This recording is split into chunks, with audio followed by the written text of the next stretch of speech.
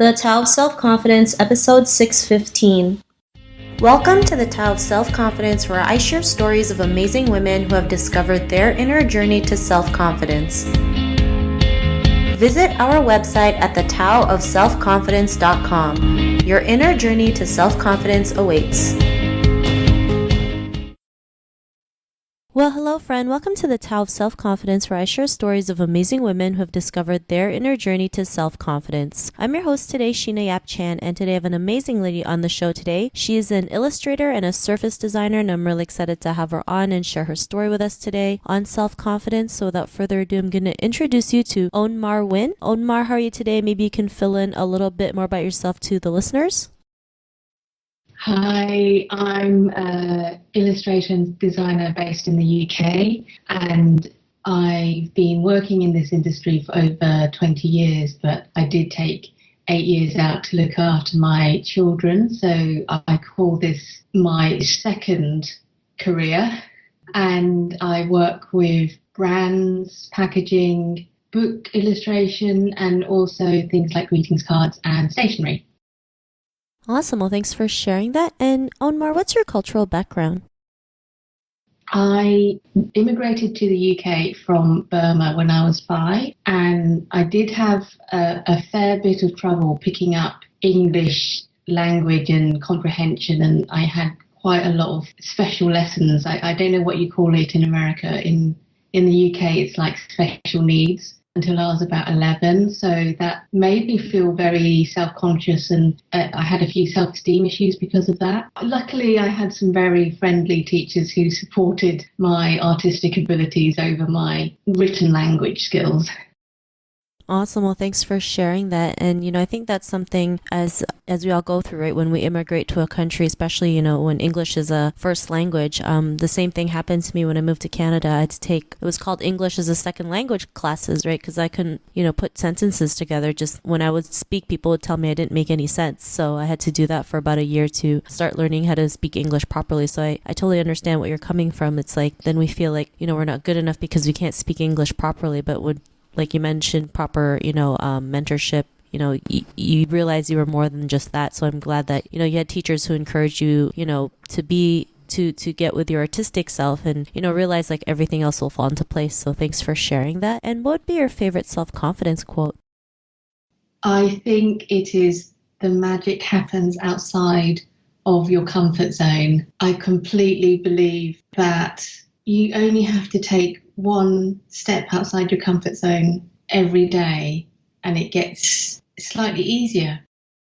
Thanks for sharing that great quote. And I totally agree with you, especially, nobody realizes like once we step out of our comfort zone, yeah, it's scary and it's uncomfortable. But once you step outside it, like that's what you mentioned, like magic does happen, like things just start to happen that you never thought was possible. But just taking that first step is really the hardest step, I think, because it's like you're so scared. But once you step over, it's like, I can't, like, what was I thinking? Like, why did it take me so long, right? But it happens to all of us, and it's, a process that we go through and we can share with other people to realize they're not the only ones who feel that way. So thanks for sharing that great quote. And in your own words, how do you define self-confidence?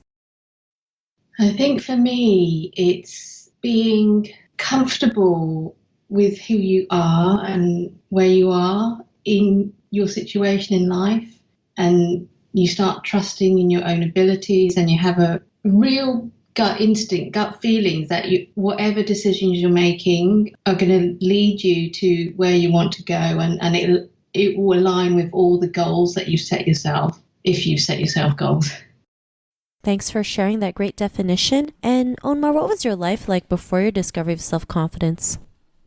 I would say I was incredibly frustrated. I think part of it was I did have very small children, and so maybe that was a contribution. But also in that place where I was at, I didn't know how I could progress. I couldn't see any options because I was kind of stuck, and I didn't know how my future was going to pan out. But now that I have what we talked about before, I've got faith in my abilities, I can see where whatever I want to do, I can completely achieve it. It might take a while, but I am going to get there.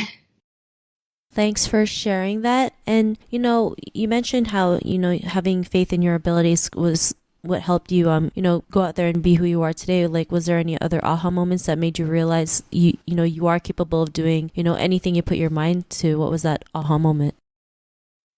It was actually the launch of my first Skillshare class. It's an online learning platform, and it was a class about food illustration. And I didn't really think many people were going to take it. And I went on vacation the day after it was launched, and there were loads of people who took the class. And I realized that they actually wanted to hear what I had to say, which made me feel great.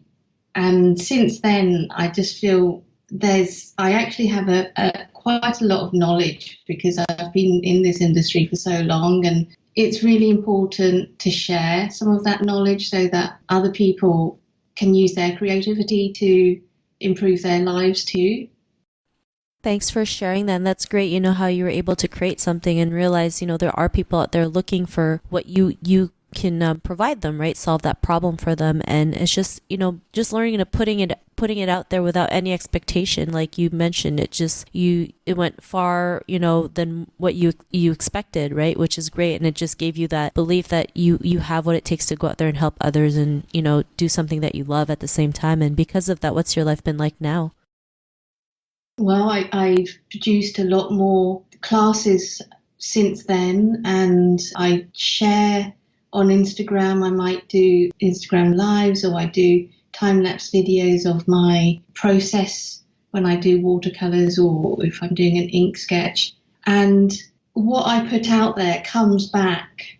I can't quantify how it comes back, but I do think that in a karmic way, I get a lot of amazing opportunities that come up that I never would have thought before. So one of them is just finding other artists, and we've become this amazing community, especially if a lot of us work from home, and it can be quite isolating, but that's one of the benefits of sharing so much, that we can talk about where we are in our careers and in our creativity. And that support from the art friends is, I don't think I'd be where I am now if I didn't have that kind of support. So it's really been so beneficial. Thanks for sharing that. And I believe, support is really important, right? Especially as women, especially as Asian women, when we go through so much cultural barriers and, what society thinks that we should or how we should act or be. And, just having a group of people where we can just, talk about what we go through makes us feel a lot better and realize like we don't have to go through this alone. And there are people out there that we can, walk side by side and realize like, if we help each other out, then we can go out there and be the person that we are today, or have that confidence to go out there and live the lives that we want and inspire others to do the same. And, to the woman who's listening to your episode, she may be in her own journey to self-confidence. What would be that one tip you would give to her?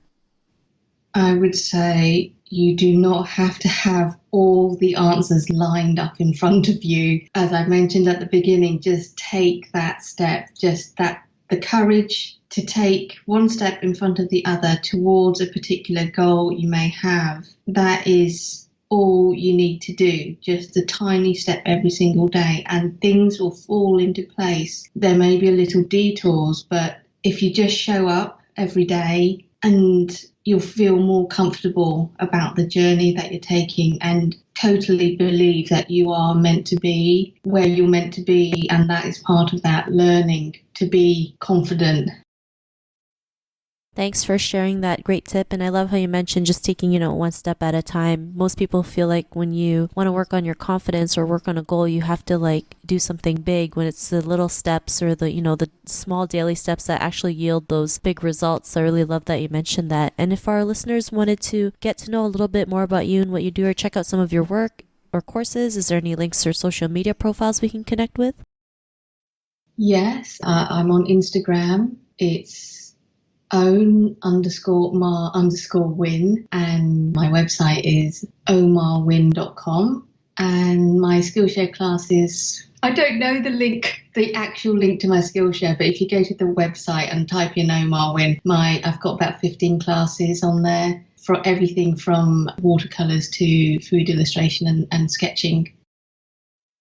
Awesome. Well, thanks for sharing that. And to our listeners, if you want to connect with Ohn Mar, you can also head on over to the taoofselfconfidence.com and search for Ohn Mar's name. Her show notes will pop up along with everything else that we talked about. And I really just want to thank Ohn Mar for taking the time to share her story and tips with us on self-confidence. So thank you so much, Ohn Mar. It's a pleasure, honestly. Not a problem. It was really great having you on the show. And to our listeners, be on the lookout for another new episode of another amazing woman's journey to self-confidence, and we'll talk to you soon. Bye for now. Thank you for tuning in to another amazing episode of the Tao of Self-Confidence. Want to learn how you can use podcasting to market your business? Download your free report by visiting our website at thetaoofselfconfidence.com. Your inner journey to self-confidence awaits.